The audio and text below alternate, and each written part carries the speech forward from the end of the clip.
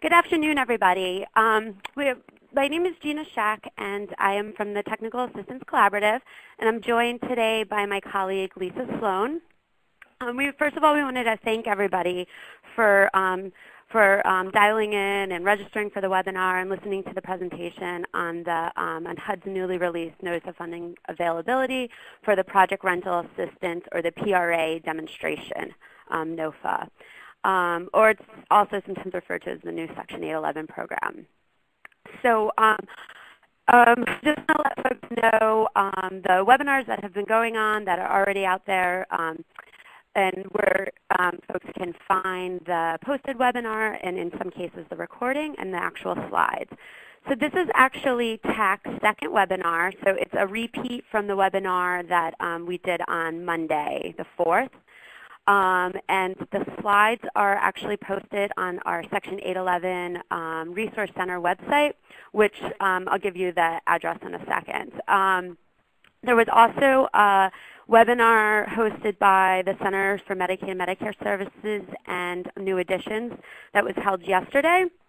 And then HUD actually did a webinar last Wednesday on the 30th, talking about the program and going through some questions.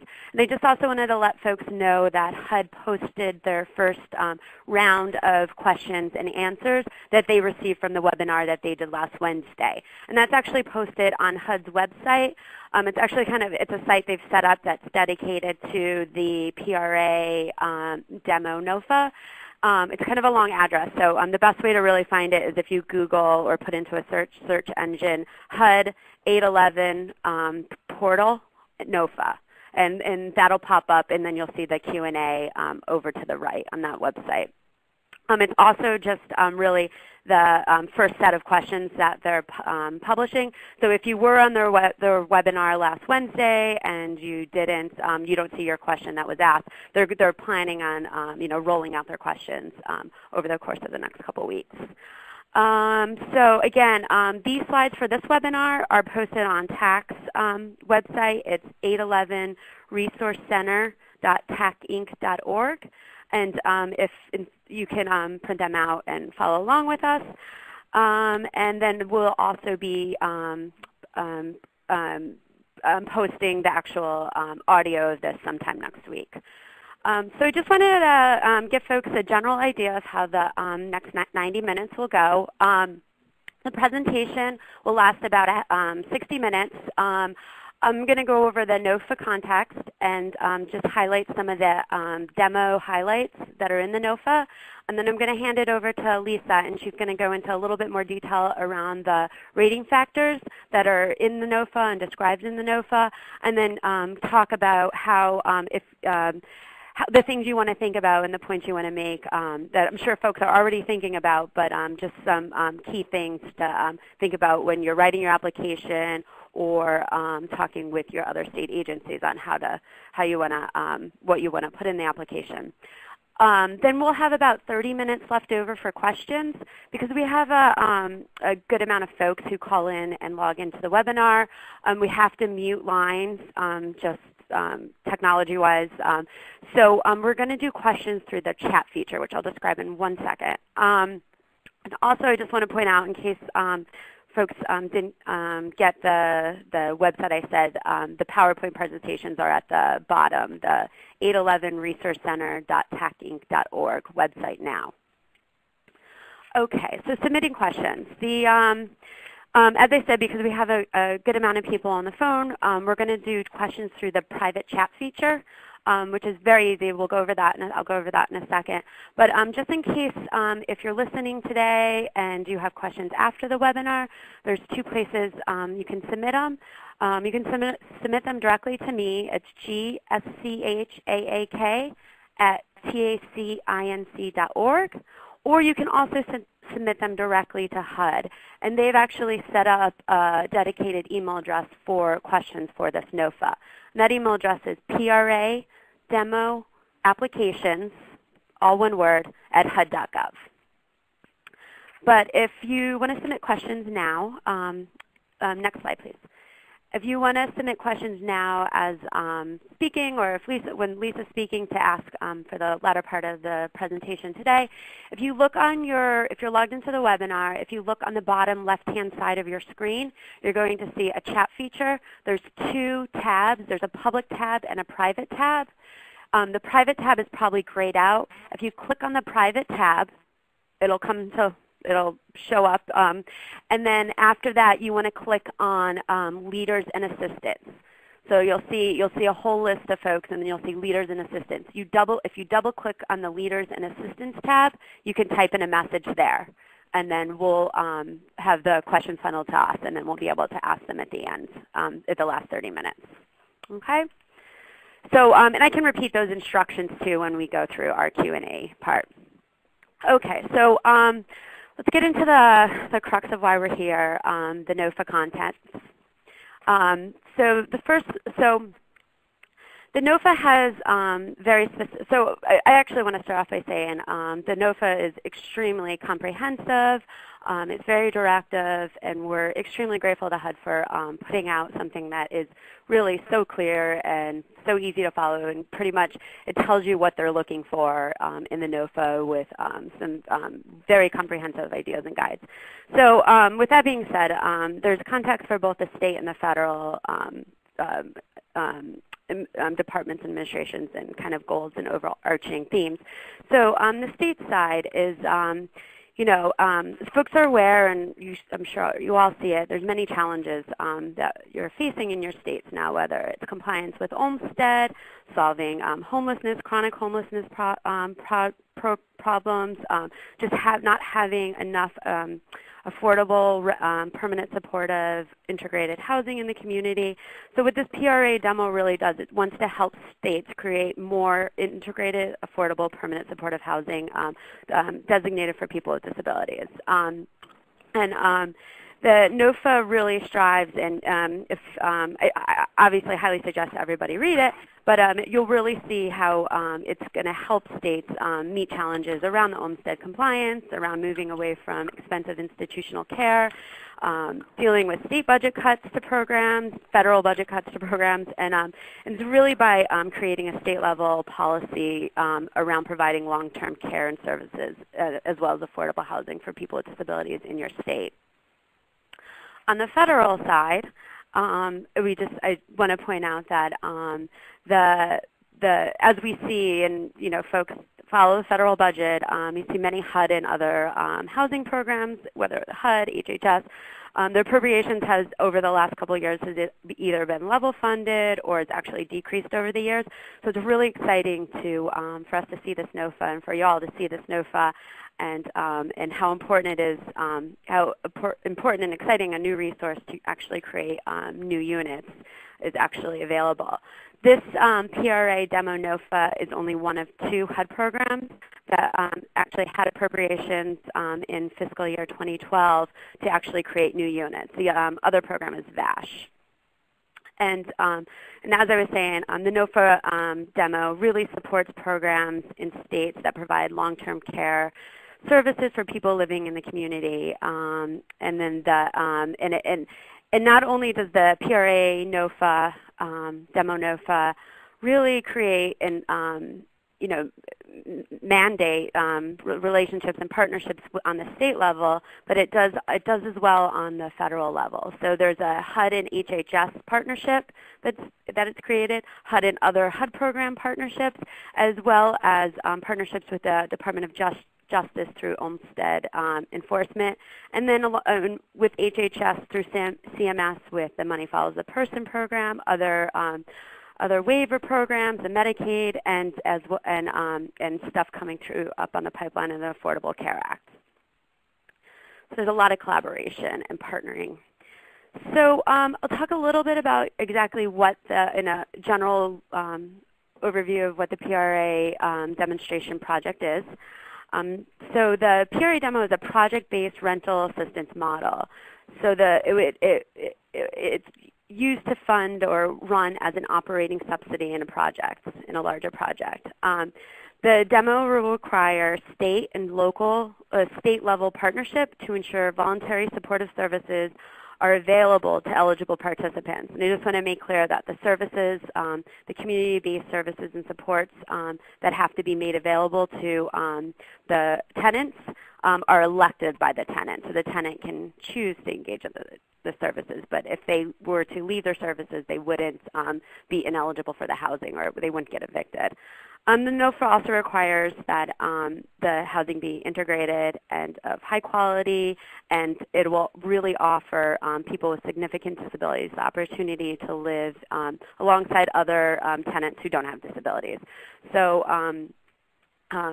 it's not only does the program want to be cost effective and also require that services be made available, but it really promotes a higher level of policy around integrated permanent supportive housing that's affordable for people with disabilities.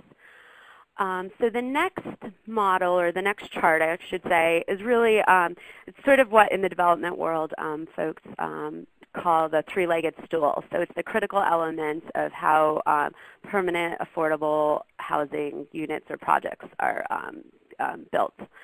So you have capital initially, and the capital is really the money, the bricks and mortar, or the money that goes into building or substantially rehabbing a building. Or a project. So a lot of that, the source of that is usually this, the Housing Finance Agency in a state, or state and local governments who get entitlement money, whether it's from home, community development block grant. The HFA is usually the recipient of the low-income housing tax credit funds. Could also be through private foundation money or state bond financing. So the capital is really just the money you think of that goes into building the unit. Then you have an operating subsidy. And the operating subsidy, most people are familiar with the Section 8 project-based voucher program. So kind of, and it works as the operating, or the pays for the day-to-day operations of the unit. The HUD, what we're talking about today, the PRA demonstration funds, are what are going to act as an operating subsidy in the unit. So that's where that would fall. And then, so what that does is, in this case, it would make the units affordable for people who are at or below 30% of area median income. We'll get a little bit more of that later. And then the third leg, or on the third leg, is the supportive services. And that's where the state Medicaid agency and the state Health and Human Services agency, if it's not the same agency, states are all set up differently. So if it's not the same agency, not the same in your state, then the two agencies would have to come together, and they bring to the table the money, like if they have MFP. If your state is an MFP demo recipient, or if they bring also the home and community-based waiver services, state option services, rehab option services. But again, the supportive services are voluntary to the tenants, and they're to ensure that people have the support they need to live successfully and independently in the PRA units and within the community. So that's just kind of an overarching picture of the NOFA, and I'm just going to go over some highlights of the actual NOFA and get into a little bit more specific points and goals of the NOFA. So the NOFA, the timeline. So the NOFA was released May 15th, so not even a month ago. Applications are due July 31st at midnight. They're submitted through grants.gov, and if you're if you're the applicant and your agency has never submitted something through grants.gov, you want to obviously take a look at it before 11:30 on July 31st. HUD did their webinar last week on last Wednesday on the 30th. And they had a really good chunk of slides that talk you through grants.gov, the different DUNS number, the CCR number, a sort of a timeline if you've never done it before, things you need to check for, and how to download the actual forms, application, and instructions. So if your agency's never done it or hasn't done it in a while, I would highly suggest going back and looking at those slides about it, around actually submitting the application through grants.gov. The total award was in the NOFA available is $85 million. And again, it's all for new units.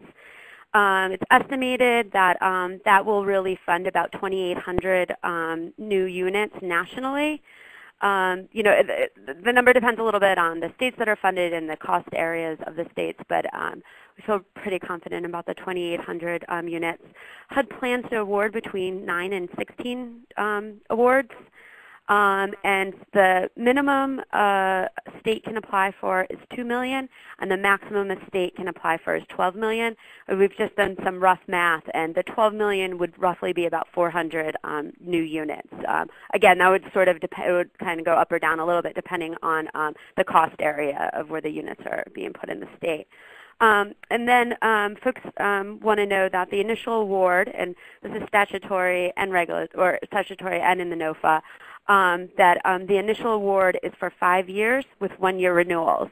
So whether you're applying for $2 million or $12 million, you just want to keep in mind that that 5-year that award is going to cover your initial 5 years of the unit. So it's X amount of units times what the rent you set is times 5 years. Okay. So a couple of the HUD demo goals. So HUD really was, you know, as I said, we find the NOFA very comprehensive, and they were quite articulate, stating their goals for the PRA demo.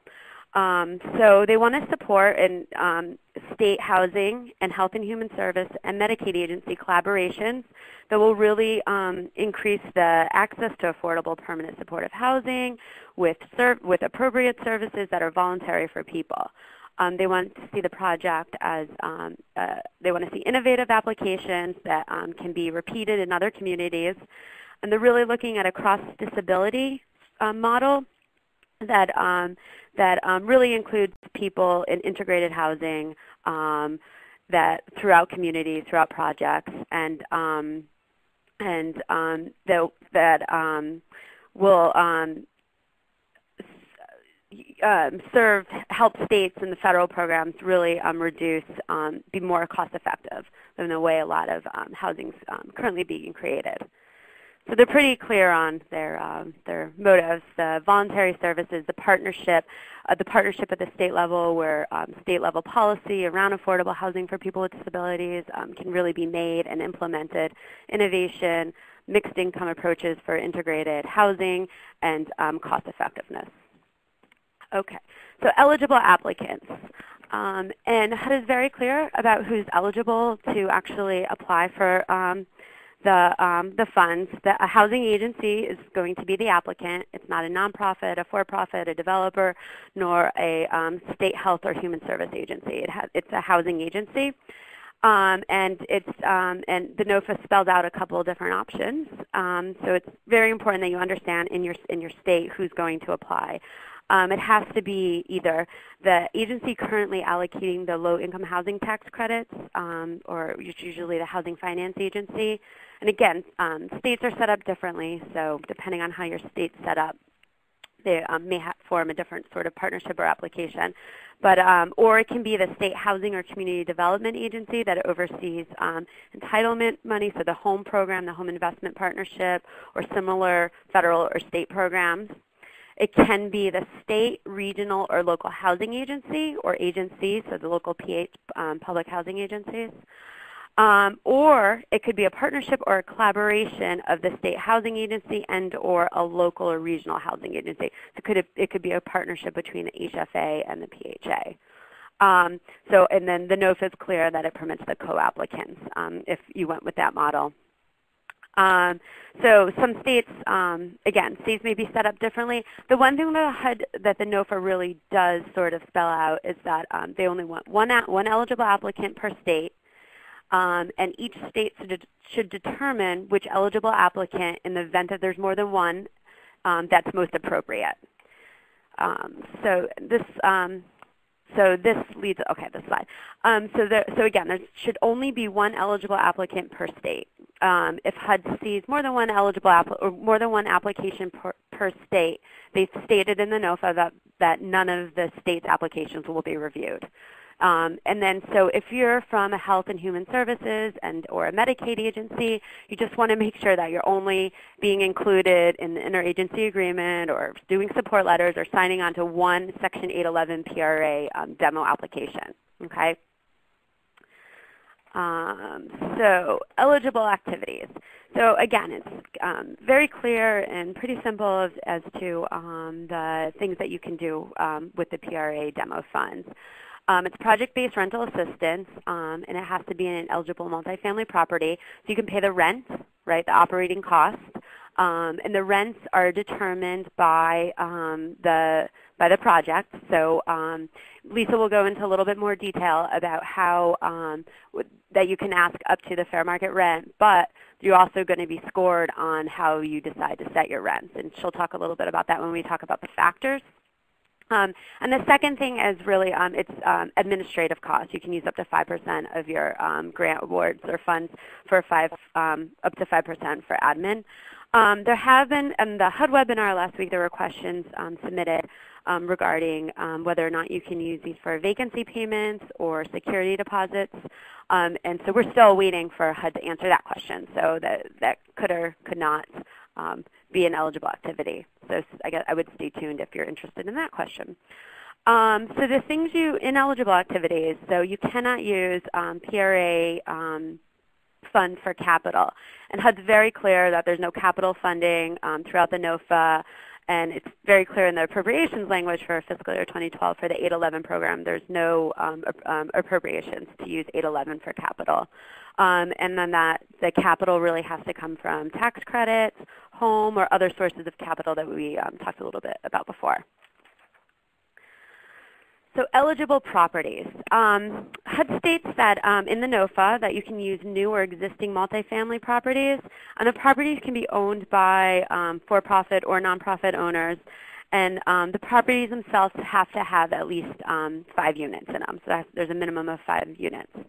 The NOFA is clear that when you're writing your application, you don't have to identify the properties at the time of the application submission, but what you do have to do is specify what housing development or how a new housing development or a new project is being funded to make sure that those PRA units, the PRA demo units, will really come online. So you have to talk about your implementation and your plan, but you don't have to say the address and this unit and that unit. And the third thing about eligible properties is that there's a 30-year use restriction with the PRA demo units. So for 30 years, the units have to stay set aside for folks that are 30% of area median income who have a disability and can benefit from services. So the next slide gets a little bit more into the 25% limitation, or the integration of the permanent affordable, the permanent supportive housing units. So the NOFA reinforced the statutory requirement that says 25% of the total units in a building can be set aside for persons with disabilities. So it's not just 25% of PRA demo units, it's 25% of units, regardless of how they're funded, to be set aside for people with disabilities. So a quick example of that would be if you have a 100-unit project, there's already 5 units set aside with Shelter Plus Care project-based subsidy. So 5 units are dedicated, the subsidies attached to the units, they're dedicated for people with disabilities that are at 30% of AMI. Only 20 units, you could only put 20 units of PRA demo funds in there, not 25, because you're already at 5% of units set aside for people with disabilities. So you could only apply for or put in 20 units for the PRA funds, and that would give the building a total of 25% of units set aside. So the units must also be dispersed throughout the building, the property. They can't be on one wing of the building or in one part of the building or on one floor. They have to be designated throughout, and that the owners don't have to designate a certain unit. They don't have to say, unit 504 is going to be a PRA unit. It's more you have to designate whether the unit's accessible or not accessible, the bedroom size, X amount of bedroom sizes within that property. But you don't have to, in your application, identify the actual unit number. So just some of the PRA demo operations that the NOFA outlines that you'll want to keep in mind when you're writing your application and thinking through your implementation process. HUD allows housing agencies, so the applicant, to either to manage or directly administer what they're calling the RAC, the rental assistance contracts, and the NOFA outlines exactly all of the requirements of the RAC, or the housing agency can contract with, say, a property management organization or company that is used to managing the RAC or the rental assistance contracts with the tenants. The eligible tenant. So when you're writing this application, you're going to talk about who you're going to serve in your program and who you're going to provide what services to. So eligible tenants will need to be selected in accordance with the tenant selection plan and the policies that you provided in the application. So when you're going to tell HUD now who you're going to serve and what your target population is, and then that's who are going to be eligible tenants. It's part of the eligible tenant process. But you also want to make sure that you're not violating any federal, you can't be in violation of any federal non-discrimination laws in your tenant selection plan. And then it's pretty standard across HUD programs, but the tenant's rent contribution can't exceed 30% of their monthly adjusted income. And so that'll be in the lease between the tenant and the owner. And if that changes, then there's an addendum to the lease, but it can never exceed 30% of their adjusted income, and the lease needs to be at least 1 year initially. Just a couple more operations requirements, and these are all spelled out pretty clearly in the NOFA. But if the unit is more than 12 units, so it's more than 12 units of actually PRA units in the project, not 12 units in the project. But if there's more than 12 PRA units in the project, you have to follow Davis-Bacon requirements. The housing standards must at minimum meet local, state, and housing code ordinances and zoning requirements. And then again, the fair housing, you have to follow affirmatively furthering fair housing as well as compliance with local and federal housing laws. I just want to point out that energy and conservation standards are only for new construction and substantial rehab. So they have to meet the energy, if that's the development or if that's the projects you're putting your PRA demo units in or funding in, then you just need to keep that in mind. And for any existing properties, if they do replace any new units or any appliances in the units, in the PRA units for existing properties, they just have to be compliant with Energy Star as well. So eligible tenants, so who can you serve? I've probably said this a couple times, but the program is, in the statute, it's targeted to 30% of area medium income or extremely low income. And the person or the family has to have a disability as defined in the NOFA, and it's pretty clear-cut and set out in the NOFA. This is for non-elderly individuals. So the household must include at least one individual with a disability who is between the ages of 18 and under 62 years of old at time of admission of the program. So we've gotten the question a couple times if somebody is ages out or turn 62 after they've been in the program. They obviously don't get kicked out of the program. So it's at the time of lease up, they have to be under 62. And then another thing that's in the NOFA that's very clear is that in order for tenants to be eligible, the person must be eligible for community-based long-term care services that may be provided through Medicaid waivers, Medicaid state plan options, state-funded services, or other appropriate services related to their disability. So the NOFA is very specific around the services that folks should be coming with or be attached to. So the interagency partnership agreement. So previously, before the NOFA came out, I think a lot of organizations and folks and states really referred to this as sort of an MOU, but it's the interagency partnership agreement, and This is a threshold requirement, so you have to have this or your application will not be funded. And it's really the crux of how you're going to run and implement your program. So how are you going to make sure that the State Housing Finance Agency and the State Health and Human Service and Medicaid agencies are talking to each other, and how this program is going to work in your state. So the agency has to be included in your actual application. As I was saying with the state housing agencies, not every state is set up the same. So for states where your Health and Human Service Agency is separate from your Medicaid agency, you need buy-in from both your Health and Human Service Agency as well as your Medicaid agency. Some states, they fall under sort of the same umbrella within the same department, and you would just have the overseeing agency as the development. Okay, so a couple of things that the Interagency Partnership Agreement has to include, and these three things are actually in the statute, and then HUD just reinforces them in the NOFA. But your agreement, so the State Housing Agency, the eligible state housing agency with the state human services and or Medicaid agency, if there's two separate agencies in your state, have to talk about the target population that you're serving. They also have to talk about how you're going to do the outreach and referral for those units. The outreach and referral can be at initial lease-up of the unit, so the beginning of your program, as well as upon turnover. So there's probably two different methods.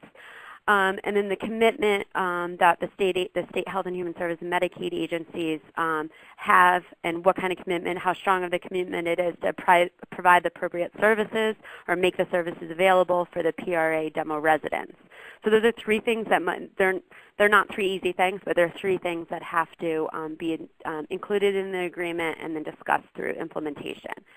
And I'm going to let Lisa, Lisa will talk you through those in probably a little bit more detail when she goes over the rating factors. Lisa? Thank you, Gina. Thank you very much. Okay, so as we all know, this is a competitive NOFA, and the way in which HUD determines which 9 to 16 applications are funded will depend on you know, how your application rates. HUD, you know, we hope that many states will apply. There's money this year. Right now there's potential money for FY13. We think it's an exciting new program, as Gina said, that you can add to your portfolio of programs serving people with disabilities, and that we hope that all of you will move forward either this year or next to try to include this in your portfolio, as I said. So the chart on slide 26 is an overview of the 5 factors on which all the applications will be rated by HUD. The total number of points one could earn in an application is 100 points. And you can see from this slide that 30 points, or almost 30% of the points, are related to the applicant's experience and capacity. We'll go over some of the details of that in a second. But that is one of the main criteria. The other very significant criteria, and more significant, is the soundness of approach, which is really your very specific implementation plan, what you would propose to do in your state using PRA Demo funds. That factor is worth 45 points. Almost half the total points of this competition. So there are, you know, clearly other things are important, need leveraging innovation and results, but between experience and capacity, 75% of the points are there. So it's going to be real important to pay attention to those factors. At this point, I just want to point out to folks that when you go and onto grants.gov, when you go to grants.gov, you will be able to download the application and something called Appendix A. And Appendix A, Appendix A includes, HUD has given everybody a suggested, not a required, but a suggested outline for their application. And in this they don't just outline it, but they make suggestions for the number of pages for each of these sections. So for example, if you've read through the NOFA, you know that there's a 40-page maximum for the narrative response, which is the part that one would write responding to the questions regarding these 5 factors. 40-page limit. Sounds like a lot, but when you review the detailed information you have to provide, I'm guessing that many states will have a hard time squeezing everything into their 40 pages. There's also another 60 pages of attachments that can be added. But in the suggested outline from HUD, for rating factor 3, which as I indicated before was almost half the points in the competition, they suggest a 20-page maximum. So it's worth half the points. You should use half the pages for this section. So that Appendix A is a really useful tool as you think through how to present your program to HUD. So we recommend that you would take a look at that. Let's turn from this big picture of the 100 points to each rating factor specifically. So rating factor 1, which is nearly 30% of the points, is related to the applicant, the eligible applicant, the housing agency, and the state health and human service or Medicaid agencies and Medicaid agencies' relevant experience and capacity. So up to 30 points for this. And the 30 points are divided into 2 categories. The first is management team and key staff. And under this category, HUD is really looking to see that you have folks at the top level of managing this project. The program director, the supervision comes from folks who have demonstrated relevant experience related to the activities in this project. Affordable rental housing development and management, but they're particularly interested in the development and management of permanent supported housing. So having a team that has recent, within 5 years experience doing that is what's going to get you points in this NOFA, as indicated in the NOFA. And I want to say it's really important for you to read the NOFA over many, many times so that you are you can get all the detail that's in there, because there's a lot of detail in there. The second section, part of the 30 points, is the capacity and readiness, for which HUD awards up to 20 points. And this category is divided into 3 pieces: sort of general experience, specific experience managing rental assistance programs, and experience with program compliance and monitoring. So the housing agency and their co-applicant agencies and the state and health and human services and Medicaid agencies need to be able to describe their experience with the various components and activities that go along with this program. And HUD expects to see some information from both the housing side and the services side on this, although many of the questions are specific to the housing piece. There are many sections in which the partnering service agency needs to provide a description. HUD is interested and states in the NOFA, to receive maximum points, eligible applicants must demonstrate substantial experience overseeing a permanent housing program that targets vulnerable persons with disabilities who will best benefit from affordable housing with community-based long-term support services. So they, again, this is a new program for HUD. They want to see it succeed, and that means they want to know that the applicant is ready to go, has the capacity to really roll out this program successfully. For those of you who've worked on new program and startup, either at the state level or with federal dollars, it can be challenging, and HUD wants to know that you've thought that through and that you are prepared for that. In this section, you lose up to 10 points for past noncompliance, which hopefully none of you will be in the position of being in. Let's turn to rating factor 2. Rating factor 2 is about need, extensive need for the program. And this rating factor only gets 5 points, very small number of points. And I imagine that one of the reasons that would be is that all of the states can easily show the need for permanent supported housing for people with disabilities who need long-term supports to live in the community. All of you can point to a great need. So they do want to see you document this, but they only suggest 3 pages, so a small portion. And in addition to any kind of statistical data you might have, that you can quantify the population or populations that you've targeted for this program. HUD is particularly interested in knowing if you're using the funds to address a state-specific issue or gap in the state's continuum for people with disabilities.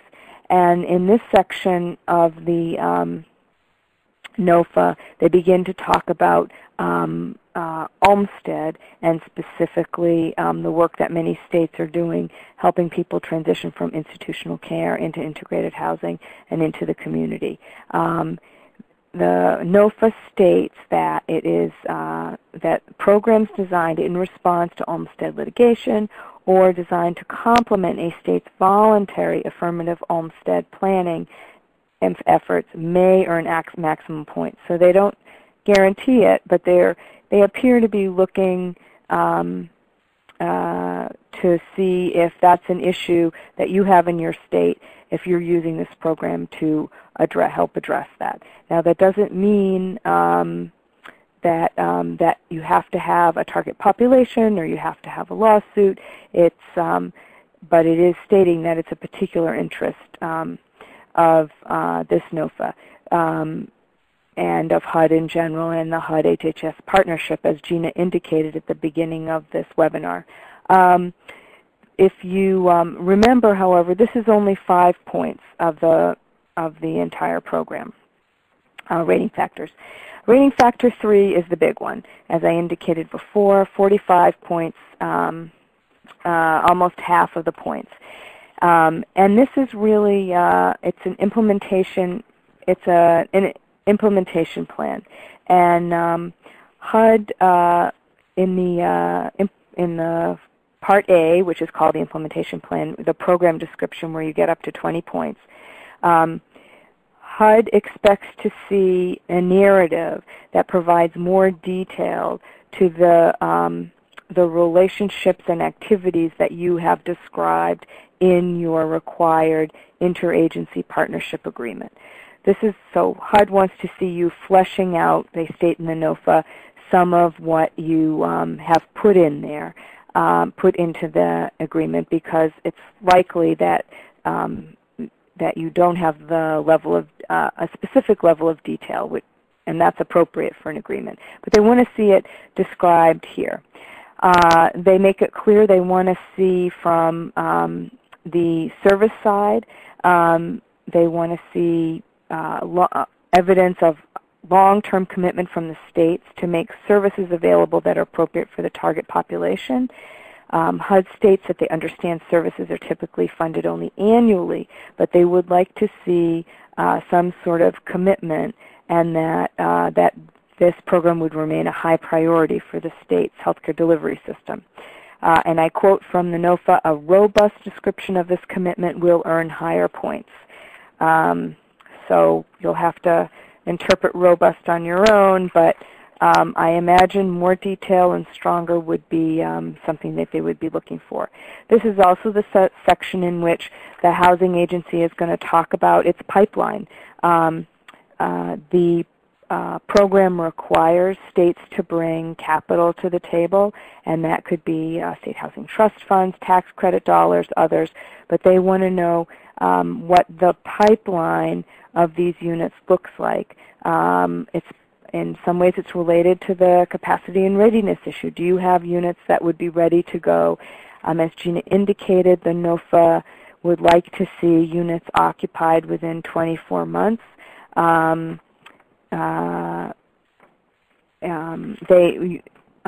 Page 31 of the NOFA states that those projections that produce occupied units within 24 months will earn maximum points. So your pipeline is going to be critical to being able to demonstrate that.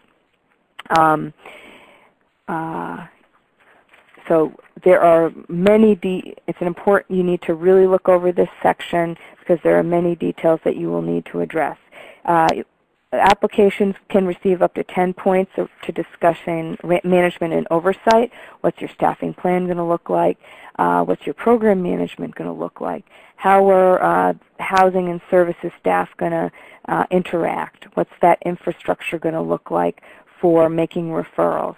How's the financial management of the PRA funds going to work? Do you already have a system in place that you're going to build on, or are you going to do something differently? More points are provided to states that have a system in place that they can use. Up to 10 points for integration of services, and this is where states will expand upon the components of that interagency partnership agreement. How are you going to manage, how are you going to do outreach and referral to the target population? How are you going to manage your wait list? Who's going to do that? What's that going to look like? They would like to see some detail. And finally, up to 5 points for a program implementation schedule. How are you going to get those units occupied in 24 months, up and ready and occupied? Very much a challenge, and I think it's apparent from the little that I've gone over with you in this section that HUD would like to see a fair amount of detail in your description. So it would be important that you would think that through and find a way to put it on paper. Factor 4 is leveraging. There are 2 ways to get these leverage points. The first way of getting up to 6 of the 10 points is to make a more cost-effective program. The programs which ask for can do more with less, i.e. ask for less money to serve the same number of units or to serve more units, will receive more points.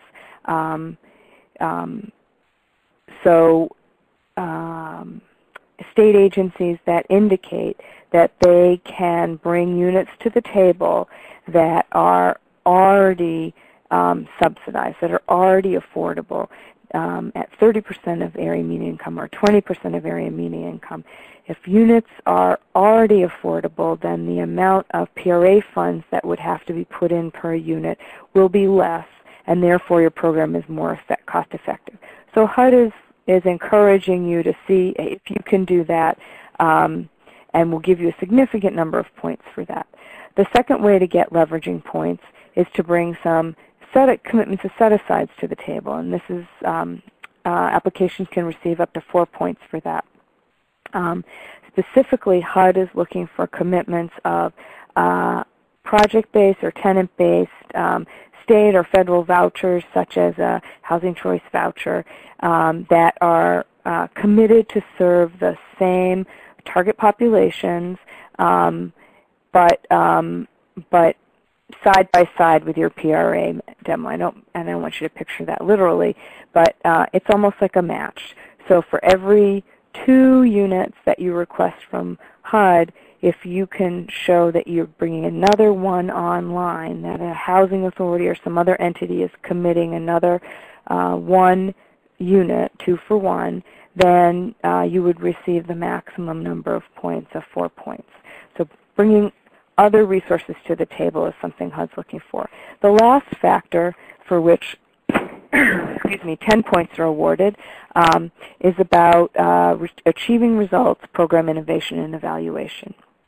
HUD is interested in and will provide up to 5 points for an application that comes up with innovative ideas, either on the services side or the housing side, especially those ideas that are replicable that can be shared with other states. Excuse me. Capacity building and knowledge sharing. HUD plans to do a fairly rigorous evaluation of the program, and they want your commitment that you will participate in that. knowledge sharing and in the evaluation.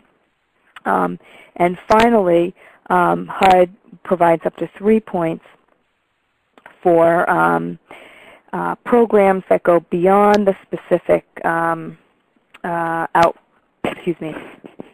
that are thinking kind of bigger, that are willing to look at outcomes and not just simply housing people, which of course is a really critical outcome of this program or output. They want to know that if you're interested in doing some data collection with them, looking at potentially how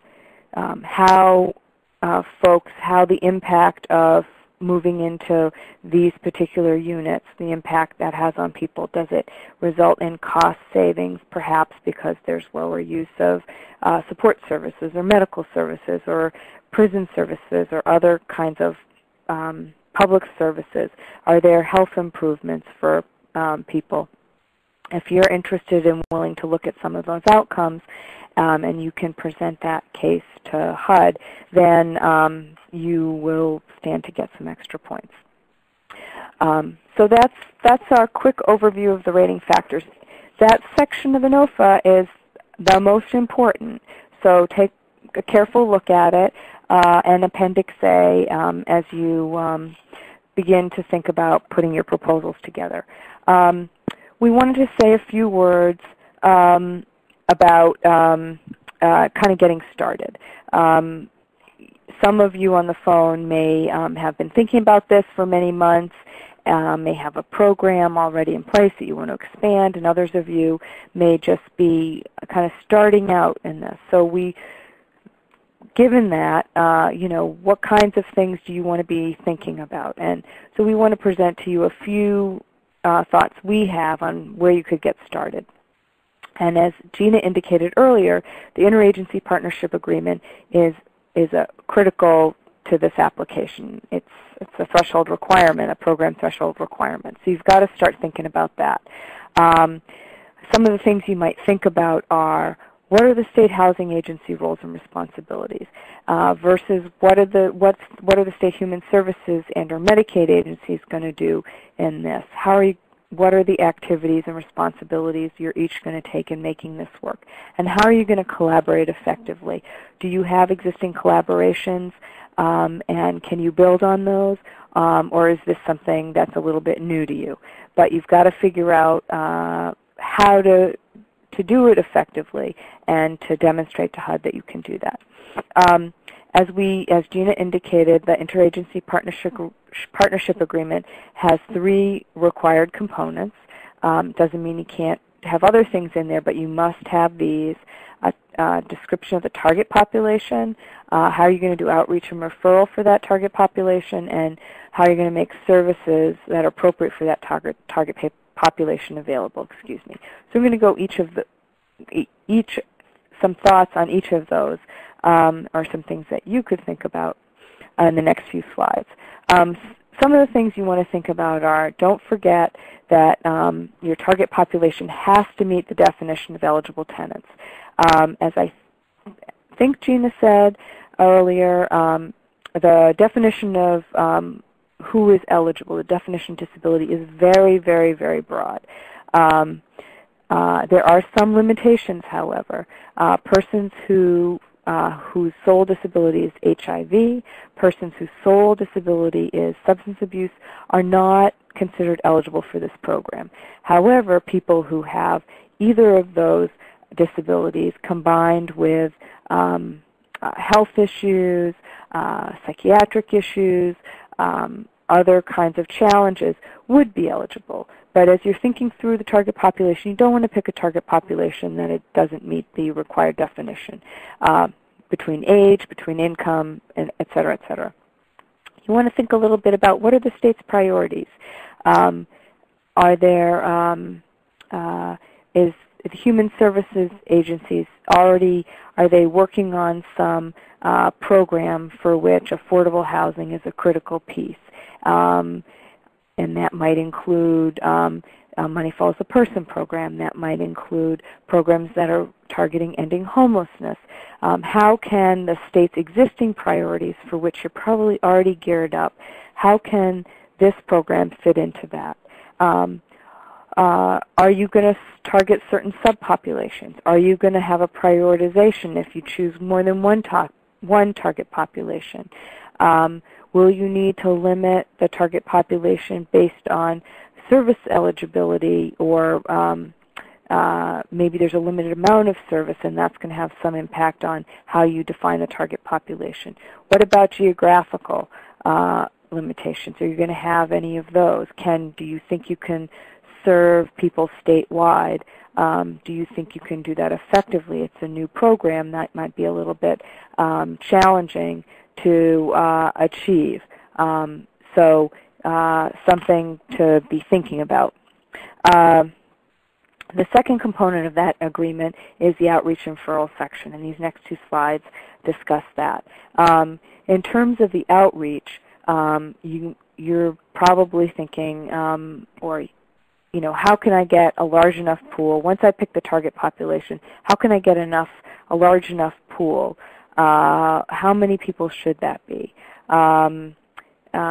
What outreach methods are going to be best suited to reaching the target population? So if you are determined that your target population are people living in institutions, then how you connect with and let people living in institutions know about the availability of these units and judge their interest is going to be very different than if you're targeting people who are homeless, either on the streets or in shelter programs. They're going to be really different outreach methods, and not just the places that outreach is done, but perhaps the way in which outreach is done and the provider network through which you might be thinking about that. Are there, if you've defined a certain geographic area, are there entities and agencies that can conduct outreach in that area? Is that something you have to put in place, or is it already in place? Overall, do you have infrastructure that you can build on, or do you need to start from scratch? You want to be realistic about the number of units you have and the number of referrals for those units. As I'm sure almost everybody on the phone has some sort of experience with the Housing Choice Voucher Program where, the list opens up and a gazillion people get on the list. There are only a limited number of units that turn over and are available, and that's very frustrating for the applicants, and it's really frustrating for the program administrators or and the property managers. And so you want to think about you want to right-size your program. So you want to give that some thought in terms of your outreach. The second piece, this referral, is referral component of the program I consider kind of a make-or-break component. For those of you who are successfully awarded this program, you will eventually have a portfolio of units in the community in developments with property managers. And those property managers, their goal is to get those units filled, keep their cash flow going. Vacant units are not a good thing, and but it can be very challenging for those of you in the human services side to, even though we all know there's great need, connecting the specific person who wants that unit at the time that unit is available can be a challenge. And I think one of the biggest challenges that everyone faces in putting these proposals together and making them work is making that amount of time that connection happens as short as possible. That's what's going to make the program work both for the tenant and for the property manager. So how are you going to achieve that? How long do you think it is going to take you to fill a unit? 30 days, 60 days, 90 days? Is that going to be acceptable to the pool of owners that you have? There has to be conversations at the local level about that. What policies and procedures are you going to be able to put in place for both initial occupancy and turnover, which are really two different periods of time, as Gina indicated. And the last component, the last required component of this partnership agreement is support services. So you've picked a target population. What specific services are you going to make available for that target population? What do they need, and how are you going to make it available? Is that service, can that service be supported all over the state, or is it really limited geographically, and is that going to impact how you think about your program? What about transportation, which can be very challenging in rural areas and not in even suburban and rural centers. Public transportation can be an issue, and many of the folks that will be targeted by these programs will require public transportation. They will not own cars, either because they can't afford them or because their disability precludes them from being able to drive. Public transportation is critical. It may be that they need the transportation to get to services. It may be that the public transportation is needed to get the workforce to them. So in thinking about your geography and designing your program, you want to consider the nuts and bolts. I think we'd all love to think that the tenants that we serve things will be great for them, that the independent living experience will be successful. But if you've been doing this as long as I have, and I'm really old, you're going to see tenant issues. People are going to have issues for a variety of reasons, and one of the goals of your system to think about having potentially as a goal is how to make sure your system can resolve those issues and address them to help people avoid eviction. I'm sure many of you in your states have model programs that already know how to do that, and how can you bring that information into making this work more successfully. I want to remind people that services in the program have to be made available. It's a requirement of the Interagency Partnership Agreement, and not just of HUD, but of the statute. But they are still, use of the services involuntary, but the state must make those available. A couple more slides, and then we'll open it up for questions. State housing agencies, how many units are you going to apply for? What's the need? Geographically, where do people want to live? What size units? How many accessible units? How many non-accessible units? What's your pipeline look like? How many units can you produce a year from the programs that you're planning to use? And how many units are produced that are right for the target population as defined by the Human Services agencies? How can you occupy these units in 24 months? How can that happen? How do you want to set the rents? This is a demo program. There are certainly some things that are defined, and Gina went over some of those, but there are many parts of this that state housing agencies can define themselves. So how are you going to set the rents? How are you going to think about rent increases? How are you going to pick projects? You may have many more applications than you have unit PRA funds for. How are you going to pick them? And how are you going to provide incentives for developers to apply to this new program? How can you get those guys on board?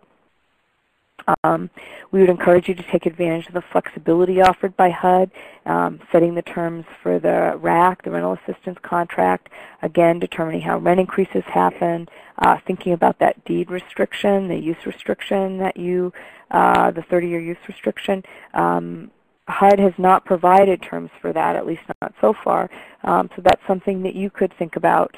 How are you going to ensure compliance and monitoring in the program? Developers, just a few thoughts on what we think developers worry about a little bit. I think a stream of reliable income. How are you going to make sure your program assures that to developers? Timely referrals, which is related to that. Developers worry that tenants, they want to make sure tenants understand that they have lease requirements and what they are and how they're going to meet them. And as we said before, developers want to know that if there are tenancy-related issues, for whatever reason, that there's a mechanism to support tenants in resolving those. Tenants are going to worry about whether they'll have access to services and the supports that they may need. They're definitely going to be worried about access to public transportation and how they may get assistance if they have issues with their landlord or they have a problem meeting lease requirements. As Gina indicated before, just before we go to questions, I want to remind you that we have some additional resources online. TAC has set up a website, the 811 Resource Center, where this audio will be posted and slides will be posted on the website. I think the audio goes up next week. But there are other materials there that may help you, that we hope will help you as you put together your applications and administer your programs. And of course, the second website is HUD's portal for the 811 program, which is rich with all kinds of resources. You want to keep checking back on that question and answer section that they put up yesterday. My understanding is that they plan to add to that as they receive new questions and as they work out internally some of the details of this brand new program. So I encourage you to check back regularly to that. So Gina, you want to, should we turn to some questions? Sure. Definitely I've got a couple questions in. So I sort of grouped or kind of grouped them by topic so that we can try to get to everybody's question. So the first one is, in our state, the Medicaid agency is separate from our Health and Human Service Agency. Our Health and Human Service agencies are the Department of Human Services and the Department of Health. Neither of them are involved in the provision of community-based services to our target populations. If we include them in the interagency partnership agreement, would it only be as a formality, or should we not include them at all? Can I jump on that one, Gina? We've on some of the other webinars, this has come out as well, and I imagine that HUD is going to put something up. It doesn't have anything yet, but if you look carefully on page 11 of the NOFA under 2B, I think that the language is pretty clear when you read it over carefully. And I'm reading from the paragraph. This partnership agreement must include the eligible applicant and the state agency that is charged with administering state health and human services programs and policies and the state's Medicaid programs. In states where the state health and human service agency is not also the state Medicaid agency, both agencies' participation must be evidenced. So I think that unless HUD comes out with a Q&A that modifies that, I would say that even if it's the other agencies are not, in the particular question you gave, there's limited involvement, I think it would be risky to exclude the Health and Human Service Agency. Partly, I think this comes from the statute. The statutory language does require both agencies be involved, so I think HUD is just interpreting that. Gina, anything to add? Nope, I agree. So I have another question. So it's kind of a two-part question. What is the definition of significant disabilities, and does that mean that the eligible people need to meet criteria for nursing home or nursing facility care? Okay, good question. I would again refer you to the NOFA. I would recommend taking a look at page 6. There's a definition, number 5, of eligible tenants. And I will read the last part of that definition. The person with a disability must be eligible for community-based long-term services such as provided through Medicaid waivers, Medicaid state plan options, state-funded services, or other appropriate services related to the type of disability targeted under the interagency partnership agreement. I think the answer is no. People do not need to meet the criteria for nursing facility care, although if you have a target population for whom that is somehow appropriate, then that would be, if the state decides that is part of their definition of eligibility, yes. But that is not HUD's definition of eligibility. HUD's definition is significantly broader. It's folks who are eligible for all those kinds of services, which is a much broader swath of services than just for example, you know, an MFP program or a waiver for which you need to initially meet that level of care. Gina? Great. So the next question is, who is eligible to apply for the PRA funds through this NOFA? Do you want me to answer it, or? Please, Gina. Okay, take a break. The eligible applicants for the NOFA, to apply for the NOFA are, it can be the agency and the state currently allocating the low-income housing tax credits, the state agency or housing and community development agency overseeing the home investment program or similar federal entitlement programs or state programs like CDBG or state bond financing. Or it could be a state, regional, or local housing agency like a PHA, or it could be a partnership or a co-application between the state HFA or the state, any state, local, regional, or state, regional, or local housing agency. They could do a co-applicant. Who are not eligible are for-profit and nonprofit developers or other supportive service providers, or the state health and human services and or state Medicaid agencies are not eligible. So it has to be the state housing folks. And they have to have, they have to have a formal partnership with that state health and human services Medicaid agency. Yes. Yep. Exactly. So I have another question. How long does HUD plan to fund the PRA demonstration? For how long? Do you want to? Sure. The funds, this NOFA is, HUD is putting out FY12 monies for this NOFA, with this NOFA. And if you apply for funds, you will get 5 years worth of funds. So for example, if a state requests funds for 50 units, they will get, and that, you know, that costs $2 million. They would get, the $2 million would have to cover all 5 years for those 50 units. That was just a bad example connecting with the money, but if you ask for 50 units, you will get money to cover for 5 years for 50 units. At the end of the 5 years, you would enter a cycle of annual renewals, but those are just like with state funding, that's money that's annually appropriated by Congress, and HUD cannot be sure that it will get the money for year 6. So this is money through year 5.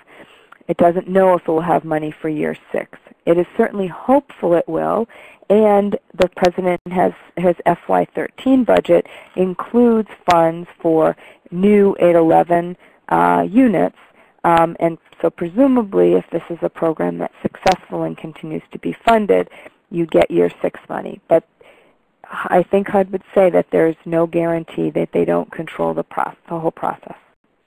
Gina? Great. Sorry. Okay. So if only one part of a property complies with the design and construction regulations of the Fair Housing Act, can 811 PRA demo units be placed in the part of the project that does comply? Or does the whole entire project need to be in full compliance of the Fair Housing Act? I think you should submit that question to HUD, but I believe I think you need to think about how you're phrasing it.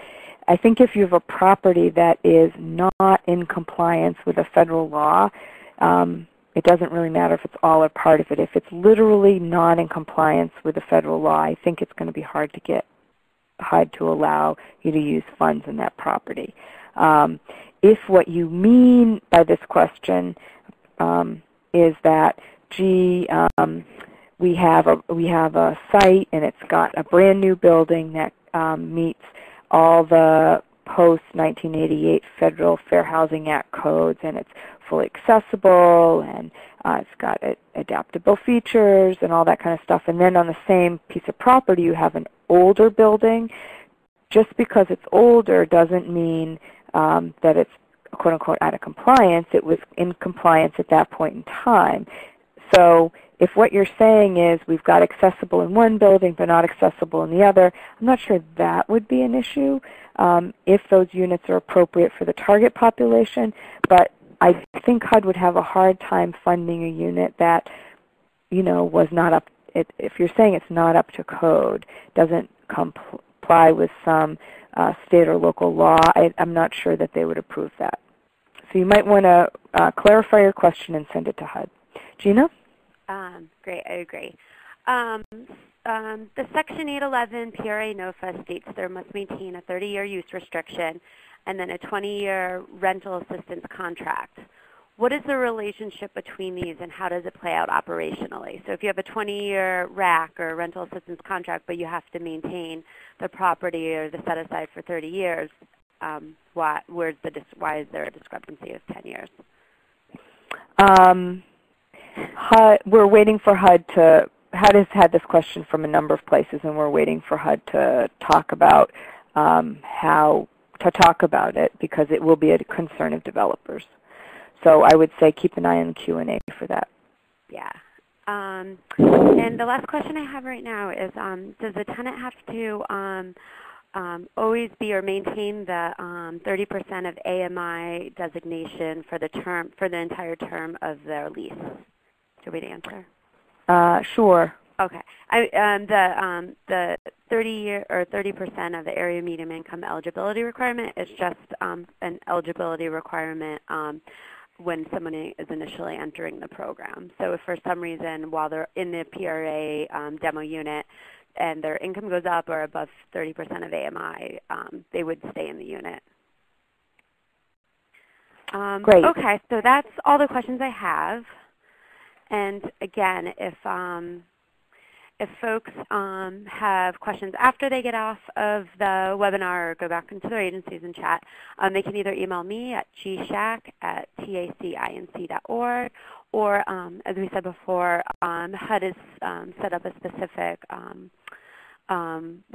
email address, the PRA Demo applications at HUD.gov. And as Lisa said, I would just keep checking back on HUD's websites. They're expecting to post more Q&A answers from what they're receiving from that email address, as well as what they received on their webinar last week. And that 811 PRA Demo NOFA dedicated website, if you just Google 811 PRA Demo HUD, it'll pop right up, and you'll be able to access those questions and answers and all of HUD's information. Thank you, everybody, for joining us, and good luck.